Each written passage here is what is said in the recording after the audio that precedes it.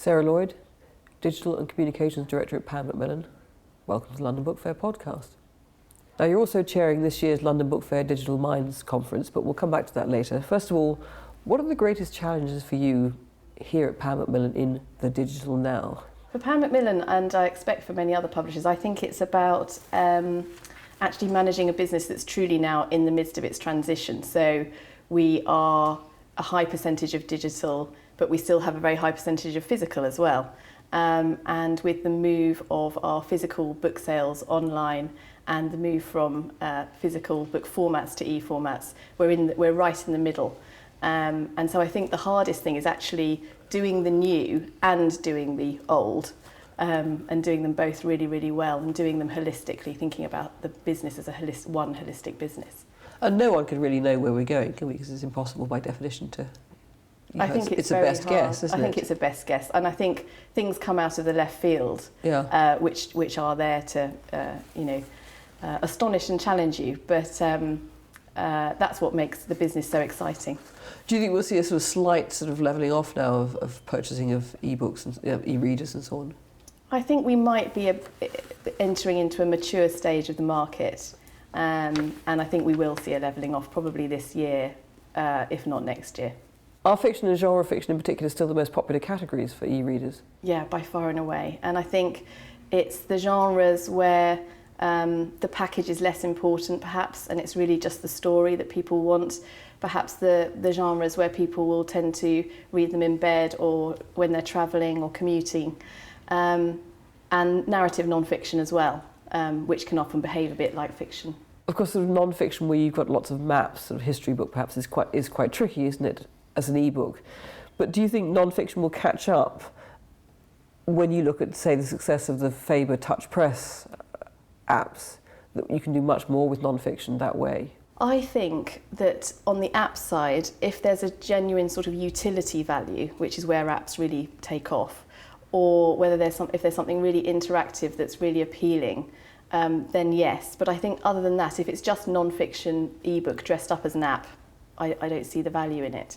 The other thing is that apps are incredibly expensive to develop, so you really have to have a universal topic with preferably global rights, preferably a sort of cross-media brand that absolutely spills over from books into other media to get above, the mass of other stuff that's there and to kind of get listed anywhere near the sort of sales level that you're going to need. It seems to me, though, that say books on music and film cry out to be apps. I've just reviewed the Howard Goodall story of music. That would be so much better if you could hear the music examples and actually see the music examples, wouldn't it? I just sort of feel that the problem with it is that the actual discovery route into apps is so difficult for things that actually are books living as apps, because you're competing with games, because you're competing with a lot of free stuff. The app the app marketplace as a store isn't very friendly to book type of content or content that costs a lot to develop. So we've still got quite a way to go on the serious app front. It makes sense. It makes sense as a consumer. You think, yeah, that makes sense because I'd love to be able to listen to the music as well as read about the music. But for some reason that these things aren't working that well commercially. Has the digital disruption or opportunity, depending how you look at it, has that changed the core role of the editor? I think there's some really core things that editors do that are still incredibly similar. Obviously being the ambassador for a book internally at the company, wanting to publish it and kind of getting everyone else geared up and to feel passionate about that book is still the same thing. All of the sort of personal side of editing is still absolutely key. Shaping the material, thinking about the design of the jacket and all of that kind of stuff is still the same. But I think where I'm seeing the role of editors changing really interestingly here is the way that editors now across the board are thinking so strategically about their publishing across digital and physical. So they're thinking about the digital as part of the whole, and they're also thinking about how can the physical book help the ebook and how can the ebook help the physical book. So thinking about it as an entire market. So I think their mindset has definitely shifted. Of course, the rise of self-publishing has had a lot of media coverage.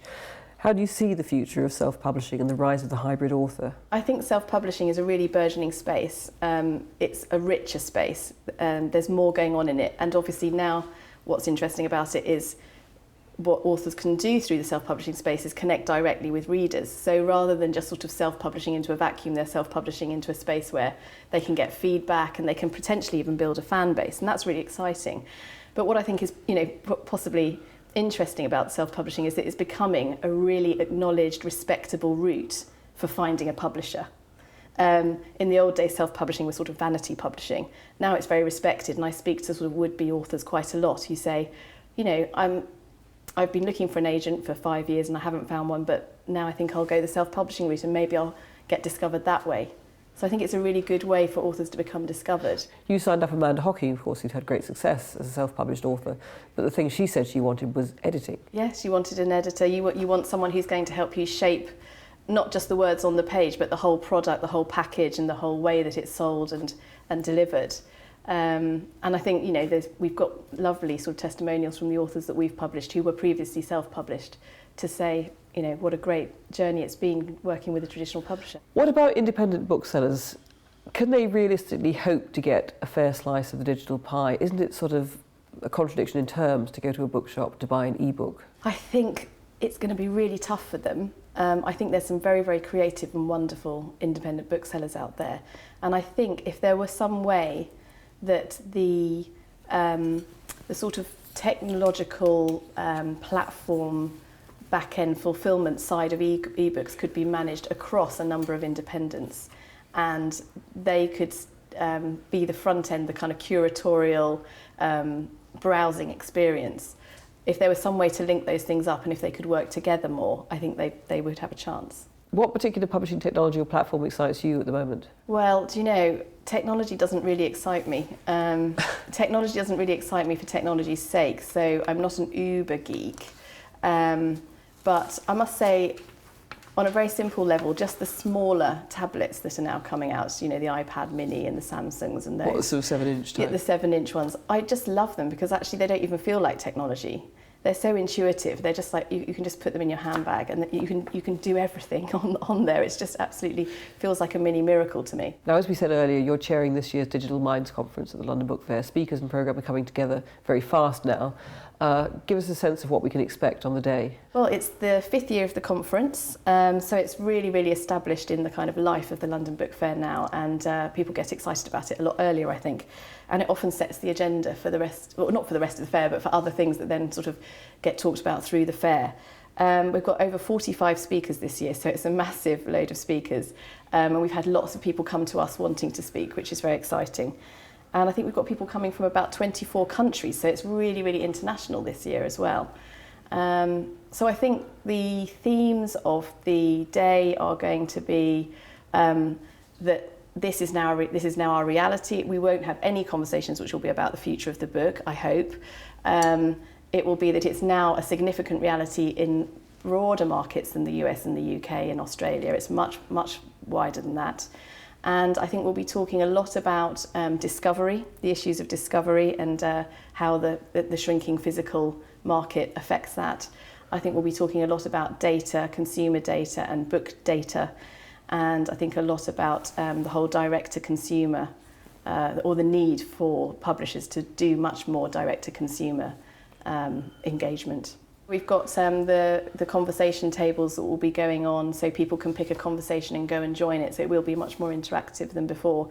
And of course we've also got the innovation showcase, so we're welcoming entries from people to enter an innovative piece of software or product. So the other thing I think is really going to be interesting about the conference, something I think is always interesting about conferences in general, is that they're a kind of temperature gauge as to how people are feeling. And I'm hoping that with this conference we'll have people leave feeling much more confident, much more enthusiastic, much more optimistic and much less fearful about the digital now. So an exciting day in prospect. Yeah, very much so. I'm really looking forward to it. Sarah, look forward to seeing you there. Thank you so much.